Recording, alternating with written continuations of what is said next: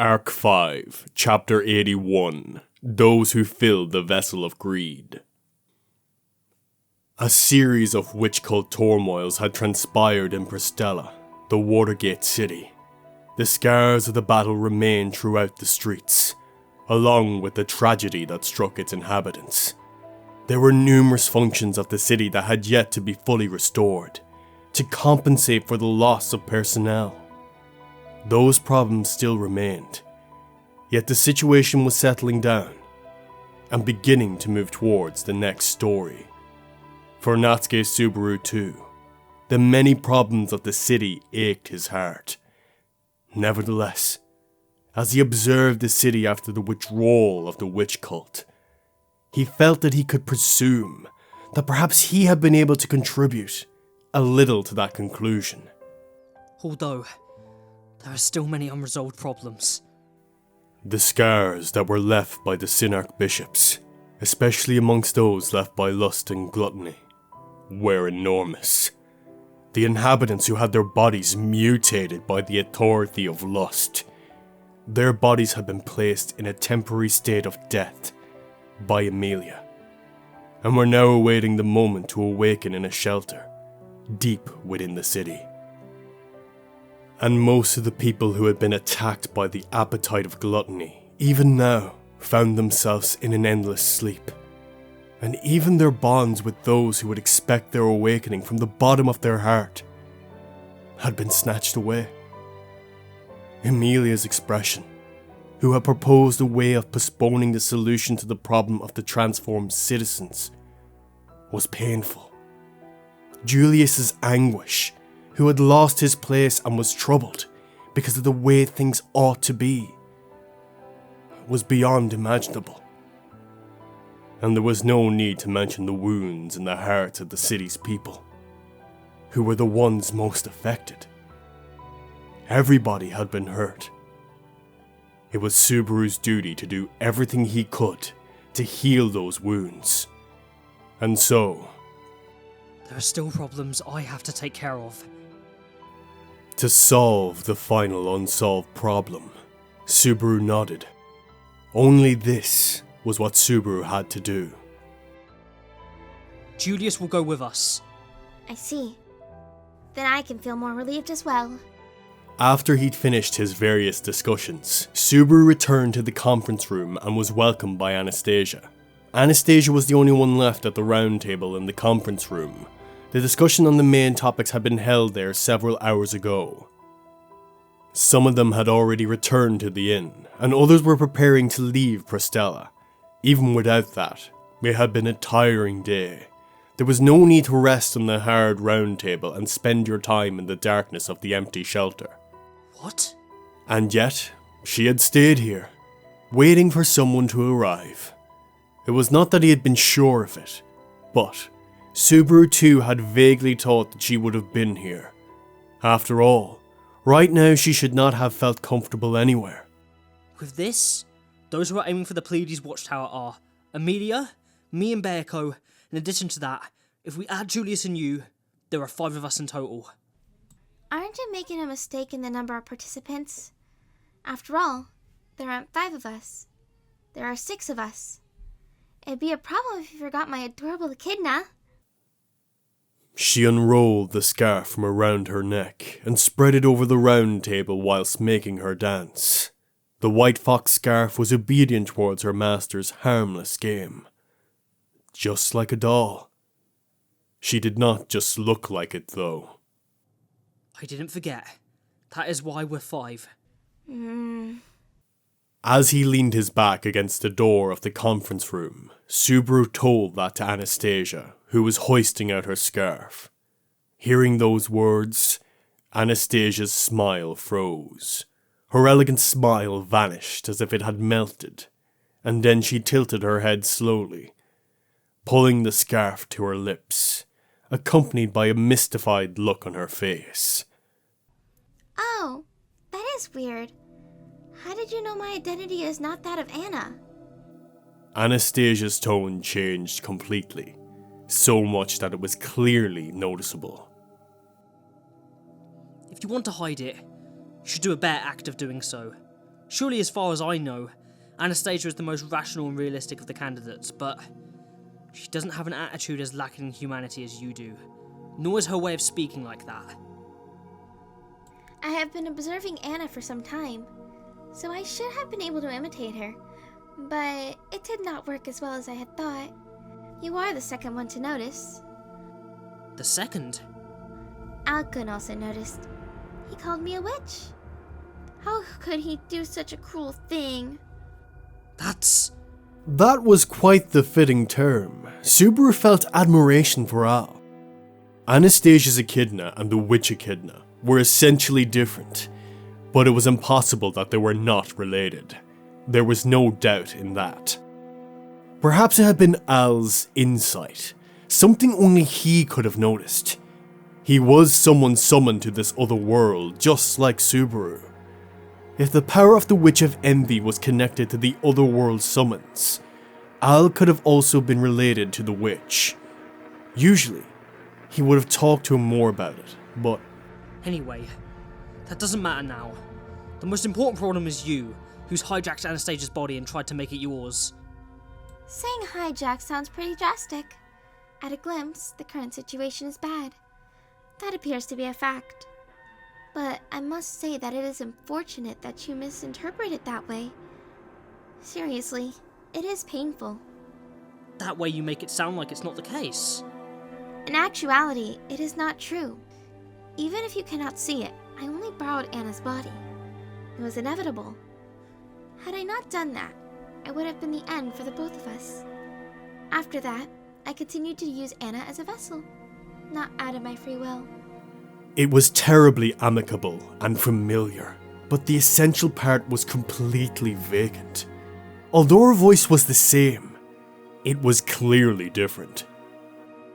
Too long in summary? It was fine to borrow her body, but I cannot get out. On this occasion, he would put it as Eridna, but he had never thought that Eridna was unrelated to Echidna. Yet in their interaction just now, he had sensed no clear traces of Echidna, even though the way she approached things in a roundabout manner was the same as the original. For now, I'll try to listen to your story. Moving his back away from the door, Subaru positioned himself to talk with Eridna. Now that he had uncovered her identity, she could not leave him alive. It seemed safe to assume that the danger of her setting that trap had gone. Subaru sat on the other side of the round table, facing Eridna. To begin with, borrowing her body? What kind of situation is that? To put it simply, I overwrite my existence in Anna's OD, and I borrow her freely. That is the situation. In this state, I am able to control Anna's body at will. I can also manipulate Anna's gate, which is defective from the start, and use magic. What do you mean it is defective from the start? You are quite curious, aren't you? I understand the greed of wanting to know something, so I won't blame you. But wanting to know so much about another girl and another spirit, won't it make your Emilia-sama and your Beatrice jealous?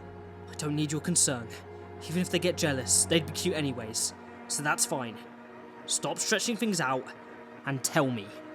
When Subaru tried to slam the round table with his fingers in displeasure, Eridna sighed. Then she folded the removed scarf carefully and said, A girl who was born with a defective gate. I believe you already know that the gate is an organ that absorbs mana from the atmosphere and expels the mana from the body. But the ability to absorb mana is functioning in a deficient manner in Anastasia. She is someone who suffers from chronic mana deficiency. There is a person who has this defect of not being able to release mana. Although, you should already have an idea of who I'm talking about. I don't know if that's bad or not. And I don't know who you're referring to either. Oh really?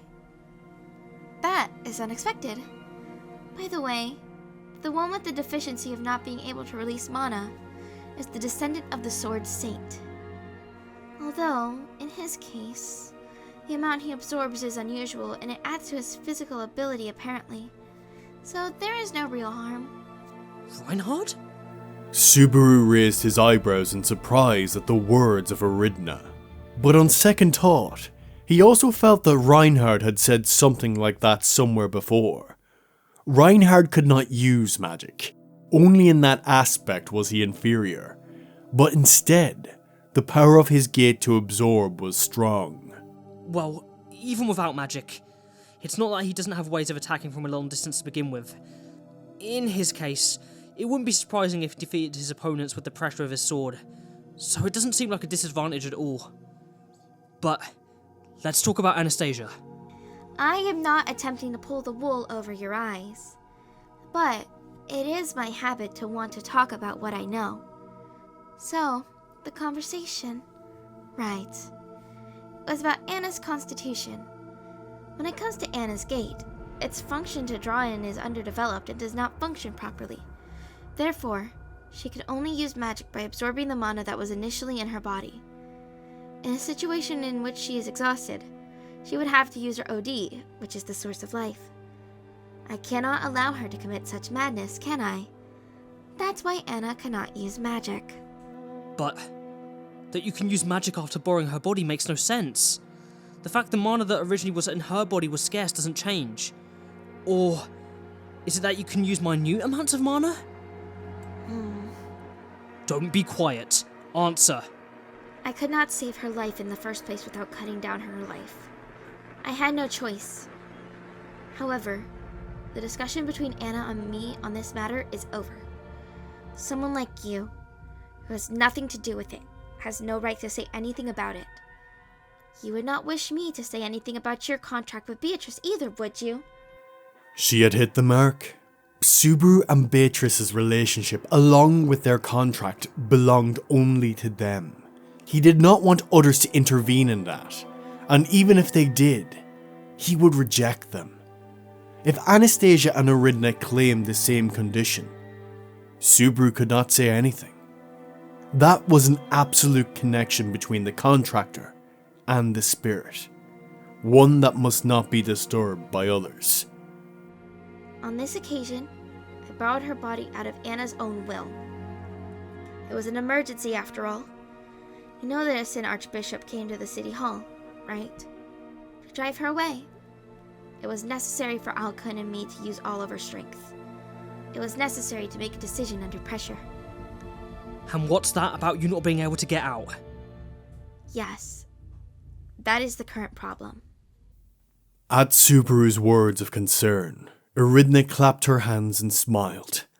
Although her appearance was that of Anastasia's, her smile clearly showed that her contents were different. What a strange thing, Subaru thought, but he immediately put that sentiment behind. At last, their talk was about to cover the main question. In front of Subaru, Eridna touched Anastasia's tiny chest. This is not the first time I have borrowed Anna's body this way. It has not occurred many times, though. Anna and I do not have a formal contract. That is also because of the problem with her gate. I did not wish to put a constant burden on Anna. Although, even among spirits, I pride myself for being someone who consumes little energy. When it comes to just being there, I do not require mana from a contractor. I see. My Bearco wants to hold my hand 3 times a day. 2 of the times is just because she wants to take your hand, probably. It is all about intimacy. So, about our talk. The occasions in which I borrowed Anna's body in such circumstances. At most, this must be the 4th or 5th time. My relationship with her has lasted for almost 11 years now, so it is rather unsurprising, is it not? Well, who knows? Considering that you say it's a pace of once every 2 years, isn't that as low as the rate you'll catch flu at? So harsh. Eridna let out some stifled laughter. Her laughter was the same as that of the witch Subaru knew. In that moment, he became scared that Anastasia's figure seemed like a double of Echidna's. Echidna's existence had left a weight inside Subaru that would not disappear. If possible, he never wanted to see her again because of Beatrice. In addition to that, to To learn that the real Anastasia had disappeared would hurt Julius quite a lot. He also wanted to avoid that. Then, what happened to Echidna-san? Who's as annoying as a flu? I do not know what the flu you are referring to is, but in any case, I do not have much experience. So, without any precedent, I do not know why this has happened either. I cannot separate my consciousness from Anna's body. As a result, Anna is sleeping deep within her OD. Eridna spoke as she touched her chest, as if the odd were inside her, and then she looked at the scarf lying limp on the round table. As long as Eridna's consciousness was inside of Anastasia, her scarf should truly just be a fox pelt. But I was able to do pretty well as a puppeteer in the conference room, wasn't I? There were many people who were deceived by the impact of your appearance. Though, there were also several people besides me who thought it was strange. Or so he thought. Perhaps only Subaru, who was familiar with artificial spirits, had felt that strange sensation. Even if they didn't notice it in that place, people deeply related to her will immediately realise that you're not Anastasia. And yet, only people with a superficial relationship like you and Alka can tell. Does that not mean my imitation of Anna went well? Right now, Ricardo and the kittens are busy with their own problems. Julius too. At those words, Eridna narrowed her eyes. In response to her reaction, Subaru made a suspicious face, but Eridna sighed immediately. After all, Julius is Anna's knight? From the flow of the conversation in the conference room, I thought it was most likely. But the authority of gluttony is terrifying. It could even steal my memories. And I am supposed to be in existence that's outside the norm. You. What do you want to do with Anastasia? On the question of whether or not you intend to hijack Anastasia's body. Honestly, even if we talk about it, nothing can be done. So I won't hound you about it. I will say it clearly. Even if you say it's not like that, I have no basis to believe you. But that she could not return Anastasia's body was unacceptable. For the finest of knights, it meant losing one of his hopes, the spiritual death of a candidate. He did not want to use that in the battle for the royal selection. I won't give up on bringing that person back to normal, Echidna. You can rest assured. I am not so arrogant as to think that I can take over Anna's body and live in her place. Faced with an enraged Subaru who moved forward with determination, Eridna said that with pessimism. With a sad expression, she embraced Anastasia's small, thin body. You know, I like Anna. The more than 10 years I've spent by her side without a contract were not mere observation cravings. I do not know if these are the right feelings, but I have feelings similar to that of a guardian or family. I am aware of that. If possible, I wish her to be well. And more than anything, to be happy. Eridna spoke fluently and indifferently as always, but as she spoke and touched Anastasia's delicate body, in which she now found herself, in her appearance, there seemed to be affection. Just as Puck felt love and affection for Emilia, and Beatrice for Subaru, Eridna might feel the same for Anastasia. If so. So that's your real reason for wanting to meet the sage? That is very perceptive of you. I do not care about the people that had their names eaten by gluttony. I only wish to learn a way to return this body back to Anna. That is why, for that, I will make use of you all as well. Is there even a guarantee that the sage knows a way for that? There is no guarantee. But when it comes to the sage, which is said to see everything and know everything, there is a chance. I will wager on the chance that they can is the most likely. That is all. No words of immediate rebuttal came out from Subaru to Eridna's words, full of ironclad determination. Without a doubt, it was a terribly egocentric, selfish conclusion she had come to. However, Eridna was acting to attain her goal in her own Eridna-like way. Thus, what Subaru needed to confirm was, Do you really know a way of reaching the Sage in the Pleiades Watchtower? Of course. You ought to have a character description saying you have no memories of the past. Why does someone like you know a way to get to the Watchtower that no one else knows? It makes no sense. I know only what I know. It is bothersome that you ask me for a basis for that, but this is how it is. If you want to adorn those words, then it is because getting there is fate, I guess. Fate? Fate decided by whom? My creator, perhaps. Eridna's reply was lofty, but as far as Subaru was concerned, it was the worst kind of reply. If the creator she spoke of was Echidna, then the one who had scorched the way to the Watchtower into the spirit's memory could only have been Echidna. That meant there was something related to Echidna in the Pleiades Watchtower. For sure, that gave him a bad presentiment and a certain expectation towards the sage's knowledge. I wonder, did that convince you? Eridna inquired this of Subaru, who had remained silent, having come to that one conclusion. Whilst hesitating on whether to agree immediately, Subaru let out a long, deep sigh. Not that I'm extremely convinced, but at least I do understand. You have your own goals and things you need to do, and it doesn't interfere with our own goals. Indeed. We both have things we want to ask to the Sage. That is why we will cooperate in getting to them. There's nothing strange about that. Stop it! You became sketchy as soon as you said that. That is rather harsh. It seemed like he would go crazy if he kept talking with Eridna in Anastasia's form for any longer. In any case, they would end up having plenty of time to keep each other company, whilst they headed off to the Pleiades Watchtower. The ugliest sand dunes, where the Watchtower was, were at the eastern end of the world map. It was a long journey. I'm slowly getting used to you, so give me a bit more time. It's aight, even if you don't like this. Really though, Natsuki-kun is too cold around such cute girls. You've hurt my feelings. Jeez.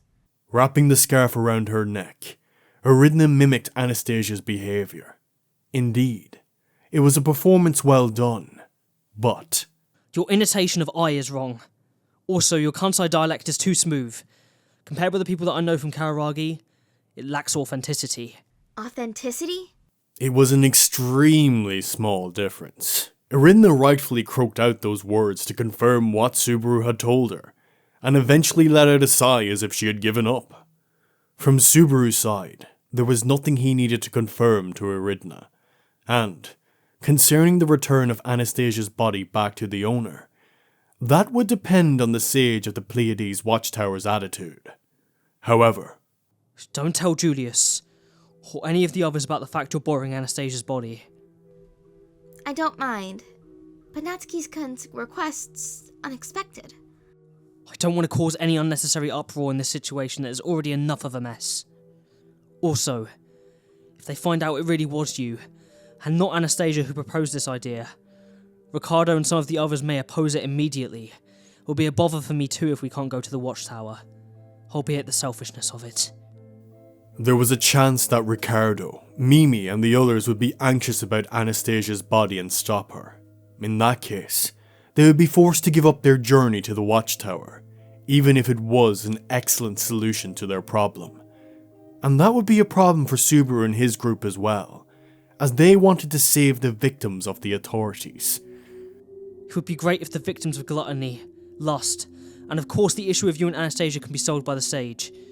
If all goes well, then Ricardo and the others won't be able to complain afterwards. No. Even if they do complain, I won't listen to them. Like Hoshin's saying, the account books are balanced in the end. I agree with Hoshin-san on that. As expected of Hoshin, who may have originated from the same place as he did, saying fine things. Well then. On that note, the discussion was over for now. In the worst case, if Eridna had intended to exploit Anastasia's body, there would have been the chance that a last battle in Pristella would have unfolded here. That it did not happen made him relieved. It was for that reason alone that the question that came at the time which Subaru had let his guard down. By the way, Natsuki-kun. Subaru turned around just as he had put his hand on the door to try and leave the conference room. Still leaning on the round table chair, Eridna cutely tilted her head like Anastasia would towards Subaru. There's someone else, isn't there? Someone else who ya want to ask the sage regarding a way of getting them back? One way or another, in Pristella, there are people with similar symptoms, right? It's best to take around about one person along who exhibits those symptoms, so to inquire on how to get them back to normal. With his hands still on the doorknob, Subaru's throat, Subaru's breathing, froze. Eridna, in the end, continued to look on indifferently at Subaru, whose expression had stiffened, his eyes wide open. What would you like to do? This depends entirely on ya, Natsuki-kun. I don't think it's a bad thing. We'll save everyone. It's just about who'll be the first among them. It'll be okay if Natsuki-kun's allowed this sort of luxury. Eridna's indifferent voice, for some reason, seemed like a terribly demonic temptation for Subaru. He understood what she was trying to say, and though, without a doubt, he wanted to follow up on what she had said, he was not able to reply back to her immediately. Surely that was because... Subaru! On hearing his name being called out, Subaru looked up in surprise. Emilia and Beatrice stood in front of Subaru, whose breath had caught inside his throat. The two of them widened their eyes at Subaru's reaction, and Emilia tilted her head and asked him, You said you're going to go and see Julia-san. You said that, but since you weren't at the hospital ward, I ended up getting worried. What have you been doing? No, nothing really. You know, with that guy. He was putting such a long face that I couldn't bear to see him for long. So it wasn't a change of atmosphere, but a change of view. Really? I think Julius has a handsome face, though. But Subaru's face is great, too. I think it's a fine face. You know, the kind of face where the more you look at it, the more you like it? Or, yeah, I think that sort of thing. That follow-up is so painful! Emilia fretfully corrected herself, but the way she had worded it was an issue too. With a bitter smile, Subaru dropped his shoulders. This time, Beatrice, who stood silently by Emilia's side, had something on her mind. Beatrice kept looking behind Subaru, towards the shelter behind him, just as if she had an inkling about the conversation that had happened there. Subaru, if you're going to do something dangerous, you should call Betty, I suppose. If I were to leave you alone and it got dangerous, Betty would be beside herself, in fact. That's the same affection I always feel for you. Since you're so cute, I got uneasy thinking about how long it would be before you were carried off by a kidnapper, offering you some candy. Betty is not such a cheap-looking spirit, I suppose. Don't make fun of me, in fact. Getting rather angry, Beatrice approached him to slap him over and over again. As she did, Subaru hoisted Beatrice up in his arms, who let out a surprised Flah! And walked towards where Emilia was. Release me. Put me down, I suppose. But put me down without scooting off, in fact. That's pretty difficult. So you'll have to stay like this for now. Beatrice's body was light, but strangely warm. It was the prevailing view that children had higher body temperatures. But with Beatrice being a little girl, was she also like that? Even though she was a spirit? Emilia, who was by his side, stared at Subaru's face from the side, who was smiling wryly in that manner. As she watched him with upturned eyes, Subaru asked her, Is it so unusual that me and Beiko are playing? No. In this last year, it's no longer unusual at all. But I think the current you is making a disconcerted face. One that was pretty unusual for this last year. Is that so? Although I can't say that everything is daijobu. Most of the problems have been resolved. And for me now, my facial muscles have relaxed well enough. Or so I think so. If you say so, I'll believe you. But... Emilia cast her long, eyelashed eyes down at Subaru, who was moulding his cheeks into the shape as if they were like rubber. Then, she slowly continued her words that she had cut off. When you decide what to do, absolutely let me know. And if you don't find the answer, no matter what, make sure to consult with me, okay? It would be nice if you promised me just that. A promise, huh? Yes, a promise. Subaru's not good at keeping those. You're good at making them, no? Whoa! That's unusually venomous for Emilia-tan. He received a scathing evaluation from Emilia due to the results of his past promises up until now. Then, Emilia, with a faint grin on her face, held out her pinky finger. Seeing that, Subaru instantly slung Beatrice across his shoulder and joined his own pinky finger with hers as Beatrice screamed out. Ah! What are you doing, I suppose? Pinky promise, cross my heart and hope to die. Stick 1,000 needles in my eye. Cross my heart and hope to die.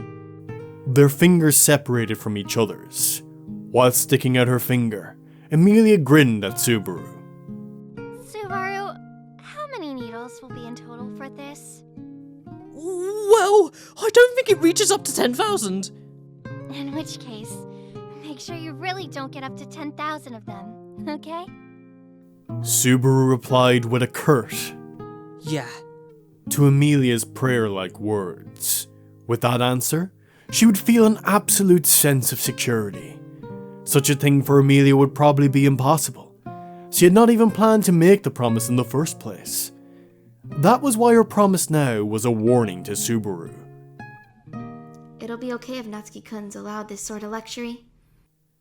Eridna's final temptation floated back into his mind. Could Subaru allow this sort of luxury? Could he really allow it? Who would allow that to him?